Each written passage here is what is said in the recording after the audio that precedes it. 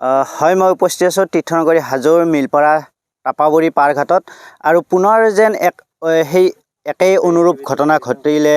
যোৱাকালি আমি যি সম্প্ৰচাৰ কৰিছিলোঁ বাতৰি, আৰু বাতৰিত 24 ঘণ্টা নহওঁতে আৰু নিশাই সেই দুৰ্বৃত্তই কৃষিভূমি আৰু মিলপাৰা এই পাৰঘাটত টাপাবৰী পাৰঘাটত এগৰাকী কৃষকৰ কৃষিভূমিত কোনো দুৰ্বৃত্তই নিশাৰ আন্ধাৰত এনে দুষ্কৃতিকাৰী কাৰ্য কৰিবলৈ সক্ষম হৈছে।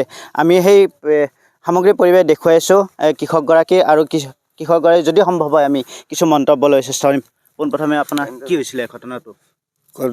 মই কালি সন্ধিয়া ঔষধ দি কেনে 8টা মই খেতিৰ পাই গৈছোঁ। 8টা বজাত যাই কেনে মই ৰাতিপুৱাই একদম 5টাত আহিছোঁ। আহি কেনে চাওঁ সিফালে কবি খেতি কাটাৰ পিছত মই ভাবিলোঁতো আৰু কাটিব পাৰে, ভিতৰত সোমাই আহিছোঁ। আহি কেনে চাওঁ টিয়া খেতি কাটছি। তাৰপিছত তাৰ পৰা আহিলোঁ মাক্স মিলনত, ইফালে আহি চাওঁ মাক্স মিলনো কাটছি। তাৰ পৰা জ্বালা খেতিত যাওঁ, জ্বালা খেতিত যাই চাওঁ জ্বালা খেতিও কাটছি। এইগিলা দুষ্কৃতিকাৰীয়ে কাটছি। এইগিলা মই এতিয়া ক'ব খোজোঁ আৰক্ষী বিষয়াক যে এই তদন্তটো সোনকালে হ'ব লাগে। কালি এটাৰ হৈছে, আজি মোৰ হৈছে। গতিকে মই আৰক্ষী বিষয়াক সোনকালে তদন্ত কৰি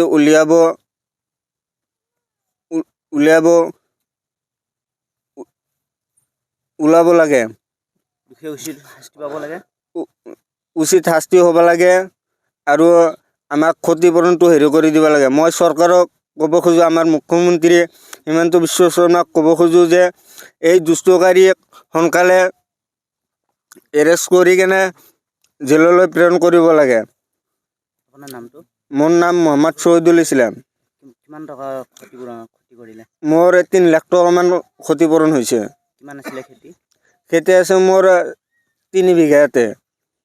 এতিয়া মই চৰকাৰক এতিয়াও ক'ব খুজিছোঁ যে দুষ্কৃতিকাৰীক সোনকালে তদন্ত কৰি উলিয়াব লাগে আৰু শাস্তি হ'ব লাগে, আৰু আমাক ক্ষতিপূৰণটো কৰি দিব লাগে। খেতি পথাৰৰ লগত জড়িত হৈ চলি আছিলে? মই খেতি পথাৰতে জড়িত হৈ আছোঁ। সাৰৰ দোকানতো 2 লাখ টকামান হৈ আছে, বাকী হৈ আছে। পইচা দিব পৰা নাই, বেপাৰী পাই পইচা লৈছোঁ। এইমাত্ৰহে আৰম্ভ হৈছে এই ফল। এইটো ফল মাক্স মিলন এইটো মই জীৱনত কৰিব পৰা নাই। এইবাৰ কৰি কেনে মই সফলতা হৈছোঁ। হোৱাৰ পিছতো আহি কেনে দুষ্টকাৰীয়ে কাটি থৈ গুচি গৈছে। কাৰোবাৰ ওপৰত সন্দেহ হয় নেকি?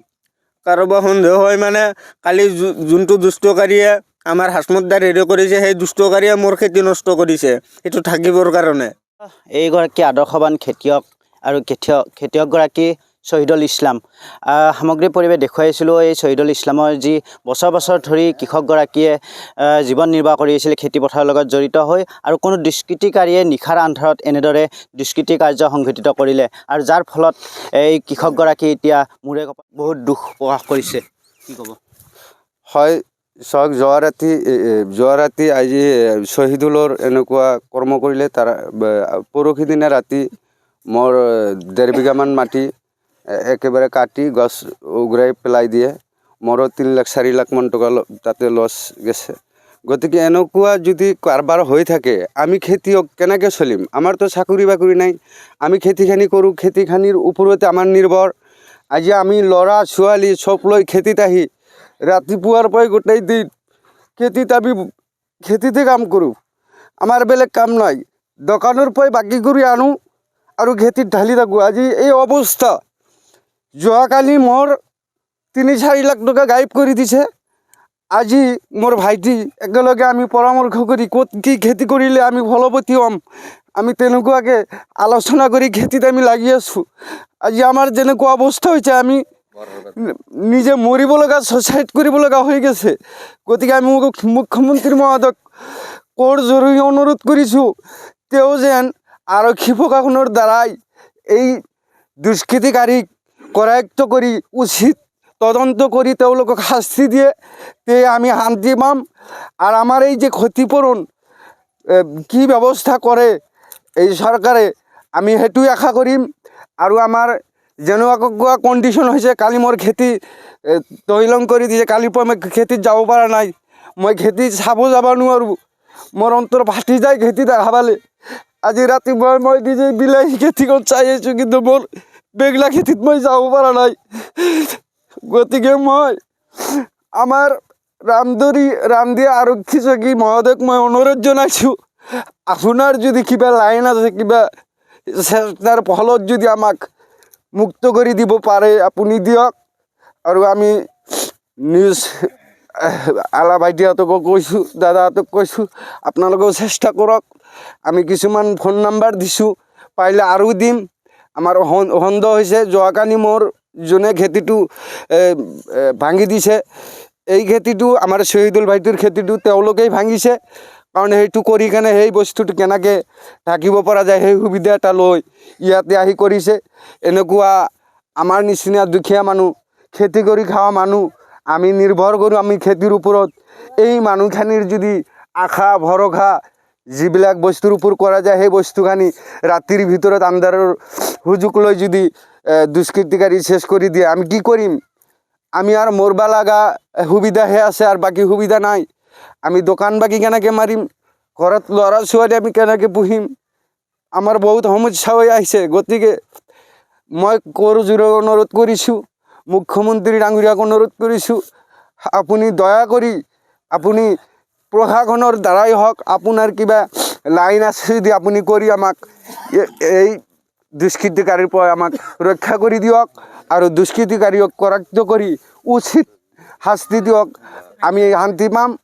আৰু আমাৰ এই যে আজি ভাইটিৰ 3 লাখ টকা লছ, মোৰ 4 লাখ টকা লছ, আমি এই পইচা ক'ত পাম?